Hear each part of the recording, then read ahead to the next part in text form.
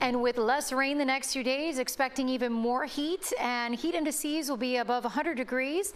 I am tracking Tropical Storm Erin as well, but let's take a look at those 7-day rain chances, because as we take a look here, it's going to be a 30% chance of rain for us today, only a 10% as we get into tomorrow, Friday, and then the weekend, only a 20% chance for a few showers to develop.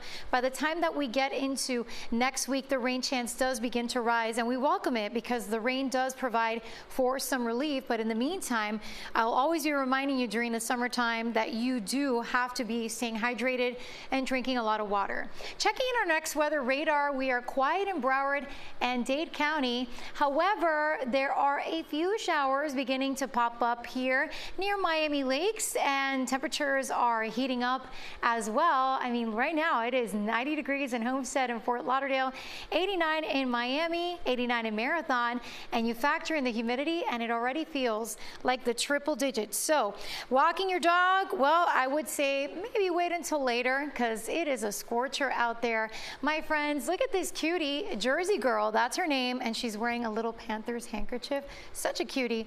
As we head through the afternoon, we're going to see those highs in the low 90s and the rain chance is low, and you can share photos of your pups. Email them to pics@cbsmiami.com and I'll be sharing those photos weekdays right here during the noon newscast. The risk of rip currents is low if you're headed to the beach. The UV index is extreme though. For boaters, no alerts or advisories over the Atlantic waters or the Florida Keys. Our next weather rain tracker is showing on the first day of school for Miami-Dade and all the other kids, of course, back to school as well in Broward and Monroe.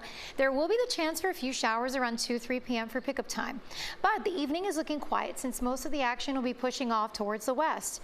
Tracking Tropical Storm Erin, and it is intensifying as it moves westward and then will eventually be north or near the Lesser Antilles as we head into Saturday as a Category 2 hurricane, a major hurricane by Sunday, possibly north of Puerto Rico. And then after that, it'll start to shift a little bit more west, northwest, and northward as we head into early next week. We're seeing the cone staying to our east, but a little too close for comfort for the Bahamas and our friends in Bermuda. And the high pressure is steering it and moving it in this general direction. The European and the American models are a little closer together. Yesterday, last night, there was a change and the euro was a little more west. So, you know, there's going to be a lot of shifts and we're going to have to continue to monitor this. But as for right now, we're feeling better that both these reliable models are showing Erin eventually turning away from the U.S. and moving to the northeast. That's reflected even when we take a look at the spaghetti plot, as we like to call this, or the cluster of models that are tightly packed together, indicating high confidence in exactly where Erin could be headed. And of course, as we get into late weekend or early next week, that's when we have some uncertainty still. Heading into your weekend, it is going to be sizzling, seasonably hot though, with highs in the low 90s, feeling like the hundreds, and then only a few showers. But by next week, we'll start to see more in the way of wet weather.